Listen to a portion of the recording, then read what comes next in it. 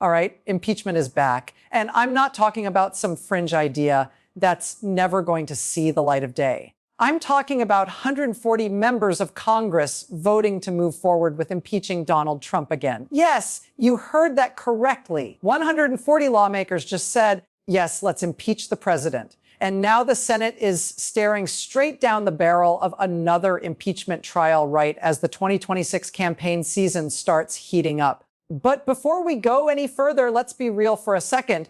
You can't really rely on mainstream media anymore. And if you want to support what we're doing here, join us. Be part of a community that actually cares about the truth. All right, let's get back to it. The question is on the second article of impeachment. Senators, how say you, is the respondent Donald John Trump guilty or not guilty? The clerk will call the roll. Mr. Alexander, not guilty, not guilty. Miss Baldwin, guilty, guilty. Mr. Barrasso, not guilty, not guilty. Mr. Bennett, guilty. Mrs. Blackburn, not guilty, not guilty. Mr. Blumenthal, guilty. Mr. Blunt, not guilty. Mr. Booker, guilty. Mr. Boozman, not guilty, not guilty. Mr. Braun, not guilty, not guilty. Mr. Barr, not guilty, not guilty. Miss Cantwell, guilty. Mrs. Capito, not guilty. Mr. Cardin, guilty. Mr. Carper, guilty. Mr. Casey, guilty, not guilty. Miss Collins, not guilty. Mr. Coons, guilty. Mr. Corning, not guilty. Miss Cortez, Mastel, guilty. Mr. Cotton, not guilty. Mr. Kramer, not guilty. Mr. Crapo, not guilty. Mr. Cruz. So here's what actually happened. Democratic Representative Al Green from Texas has been on a mission to impeach Trump. And on December 11th, he forced a vote in the House. Technically, the House voted to table his impeachment resolution, which means they blocked it from moving forward right away. Democratic leadership actually joined Republicans to shut it down. But here's the part that really matters. 140 members still voted to advance it. That's a huge number, and it's way higher than a similar vote back in June. Let me put that into perspective. This isn't just a handful of progressive firebrands making a symbolic statement.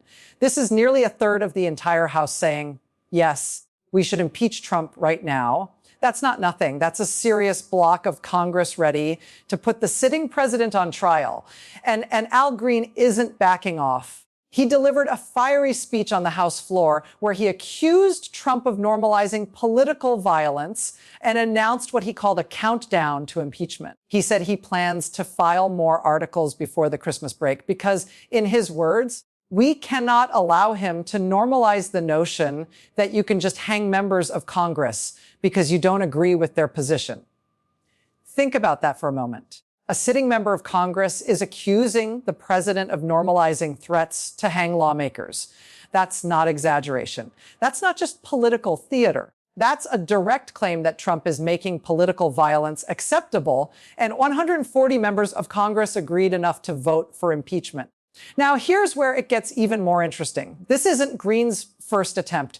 He's introduced multiple impeachment articles against Trump this year. One accused Trump of abusing presidential power. Another accused him of usurping Congress's authority to declare war. So there's an entire stack of impeachment efforts building up in the 119th Congress, and each time more members are signing on. House leadership shut this one down for now, sure. But the momentum is clearly growing, and that puts the Senate in an impossible spot.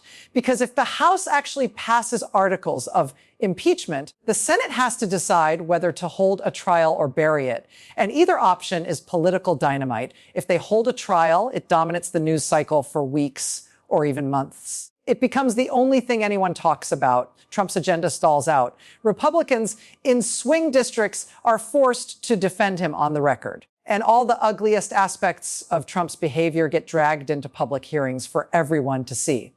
But if they bury it, if they refuse to hold a real trial or rush to acquit without seriously reviewing the evidence, it looks like a cover up. It looks like they're putting party over country. And that could fire up Democrats and independents heading into 2026. So senators are stuck, and you can already see the positioning. Some are quietly hoping the House never actually passes impeachment so they don't have to make the call. Others are rehearsing their talking points about impeachment being a partisan witch hunt. And a few may be wondering whether this is finally the moment they can break with Trump without being obliterated by his base. And here's the kicker. This impeachment push is happening alongside all these other scandals. The Epstein files cover up the Kennedy Center corruption, the DOJ stonewalling. Democrats are weaving all of it together into a single narrative. Trump and his allies are corrupt. They think they're above the law. They're threatening democracy, and Congress has a responsibility to act. Green explicitly tied impeachment to accountability for powerful elites. His argument is simple. If Trump isn't held accountable for normalizing political violence, for abusing his power, for all of it, then Congress is sending a message that presidents can do whatever they want. And that message is dangerous. So buckle up, because this is about to get intense. We're going to break down exactly what Green is accusing Trump of. We're going to explain why 140 members voted for impeachment. We're going to walk through the Senate's impossible choice. And we're going to talk about what all of this means for 2026 and beyond. Let's dive in. To really understand what's happening, we need to rewind and look at Al Green's impeachment campaign, because this didn't start in December. Green has been trying to impeach Trump for months, filing multiple resolutions with different accusations. The first major one focused on Trump abusing presidential power. Green argued that Trump was using the office to enrich himself, punish political enemies, and undermine democratic institutions. Pretty standard impeachment territory. But at first, it didn't gain much traction. Many Democrats were hesitant. They worried about energizing Trump's base and didn't want to repeat what happened during Trump's first term. Then Green introduced another resolution accusing Trump of usurping Congress's power to declare war. This centered on Trump's foreign policy decisions and alleged military commitments made without congressional approval. Again, a legitimate constitutional argument. Again, not much support initially. But then things changed. Over the summer and into the fall, Trump's rhetoric became increasingly extreme. He started openly talking about jailing political opponents. He made comments that seemed to encourage violence against lawmakers who opposed him. And Green seized on that shift. Political violence became the centerpiece of his latest impeachment push. In late November and early December, Green delivered a series of blistering floor speeches. He said Trump was normalizing political violence. He said Trump was making it acceptable to threaten members of Congress with physical harm if they didn't fall in line. And he specifically pointed to Trump's rhetoric about hanging lawmakers who oppose him. Now, you might ask, did Trump literally say he wants to hang members of Congress? It's more complicated than that. Trump uses what's known as stochastic terrorism. He doesn't directly call for violence. Instead, he uses language that implies violence is justified. He'll say things like, these lawmakers are traitors, and then leave the historical implications hanging. He doesn't need to explicitly say, go hang them. His supporters understand the message, and it works. Threats against lawmakers have surged, especially against Democrats and Republicans who criticize Trump. Capitol Police have documented hundreds of serious threats. Some lawmakers now require security details, and much of it traces back to Trump's rhetoric portraying them as enemies of the people. Green's position is that this crosses a line. A president cannot be allowed to create an environment where supporters feel justified threatening violence against Congress. That's a fundamental threat to democracy. That's the president attacking a co-equal branch of government. The December 11th vote was meant to force the issue. Green used a procedural maneuver that required the House to vote on his impeachment resolution within days. No more delay. No more quietly shelving it. The House had to take a stand. And here's what happened. Democratic leadership, including figures like Hakeem Jeffries, voted to table the resolution. They're not ready to fully commit to impeachment. They see it as politically risky and worry about alienating moderate voters or repeating past mistakes. But this is the key point. 140 members defied leadership and voted to advance impeachment. That's more than double the number from June. That's a dramatic increase, and it shows the Democratic base is furious and demanding action. Those 140 members aren't all from one faction. Yes, the progressive wing is there, people like AOC and the Squad. But there are also moderates from competitive districts who are willing to take the risk because they believe impeachment is necessary. And that's what makes this different. This isn't just the far left acting alone. It's a broad coalition, including lawmakers who usually avoid controversy. That tells you how severe the situation has become. Now let's talk about what happens if the House actually passes articles of impeachment, because that's starting to look more plausible.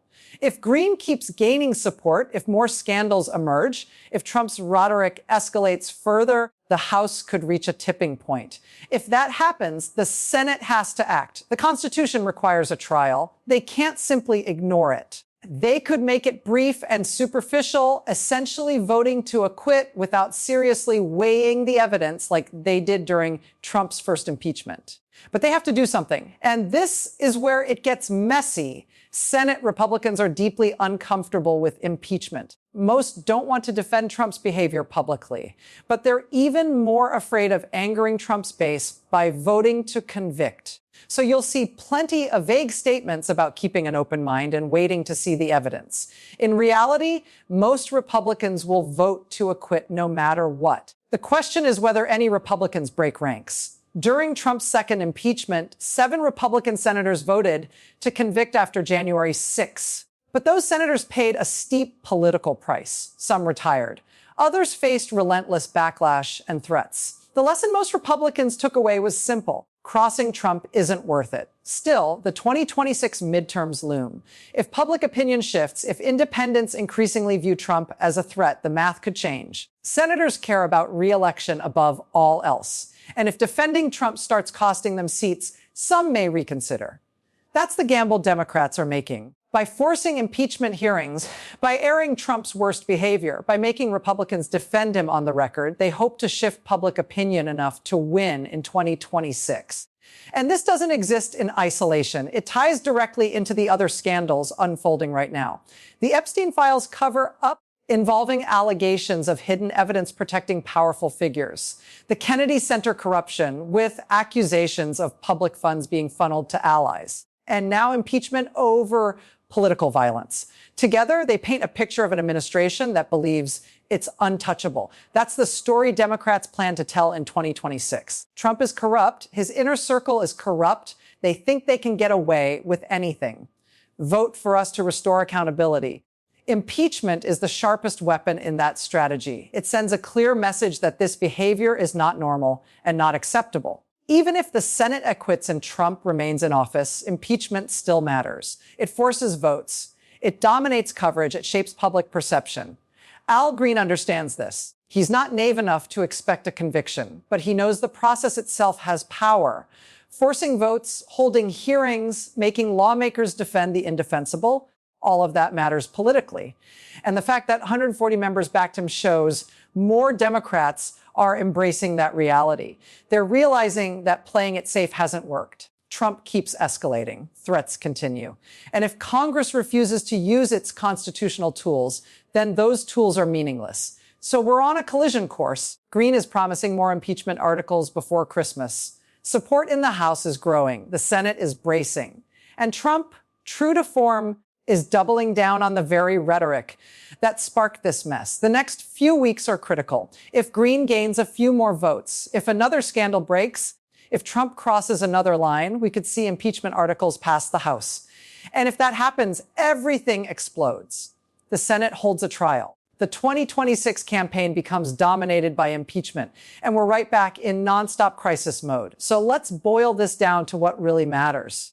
This is about whether Congress still has the power to check the president. That's what impeachment exists for. The founders designed it as a safeguard against abuse of power.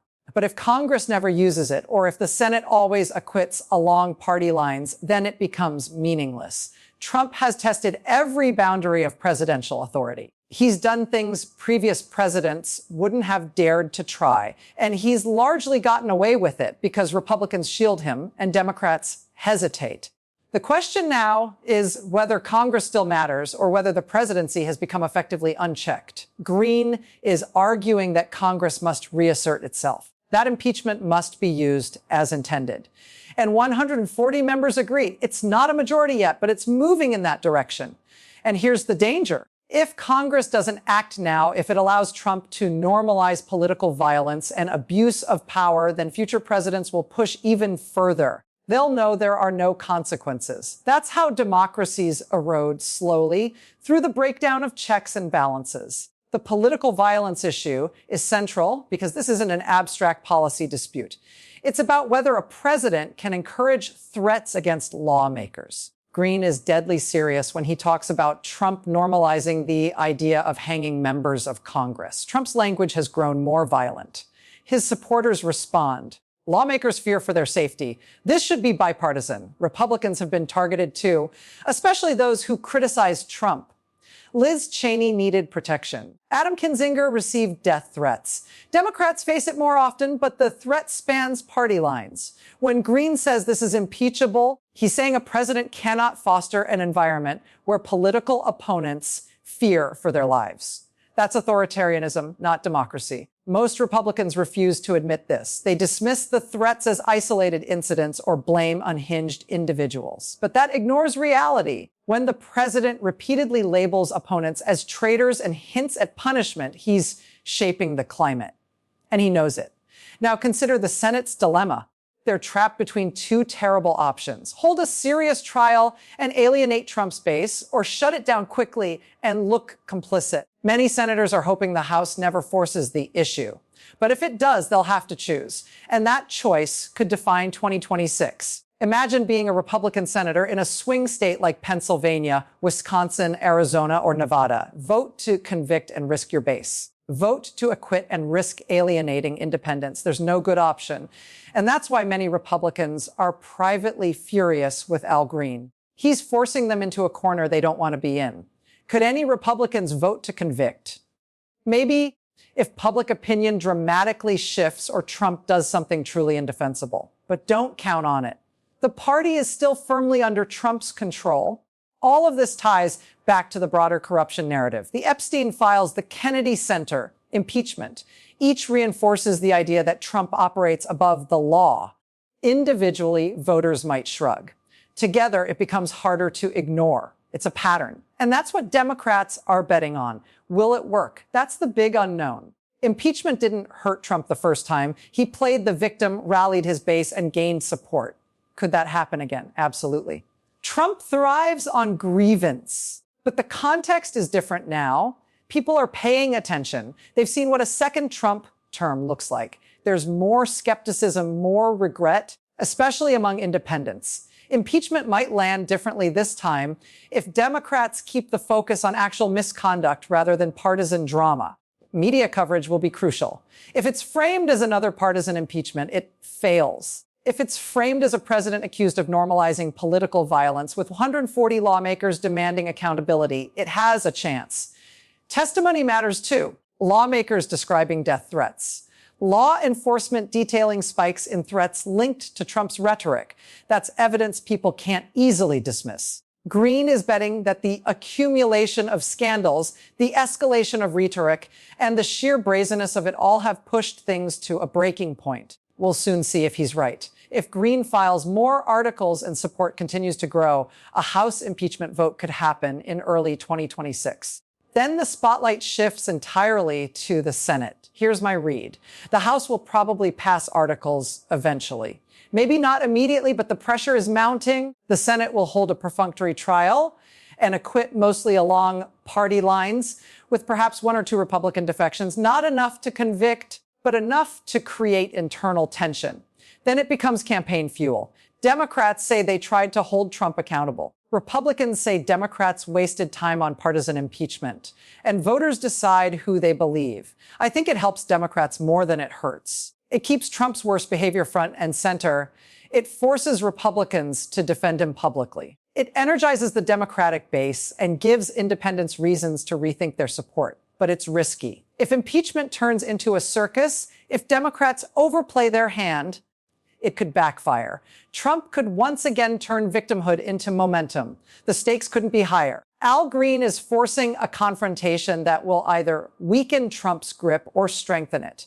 There's very little middle ground. The bottom line is this: 140 members of Congress just voted to impeach the president. That's significant. That's a large segment of the legislative branch saying the executive has gone too far. And even if Trump isn't removed, it matters. It matters because it defines standards. It signals what behavior is acceptable. It shows whether Congress is willing to use its constitutional authority or let it fade away.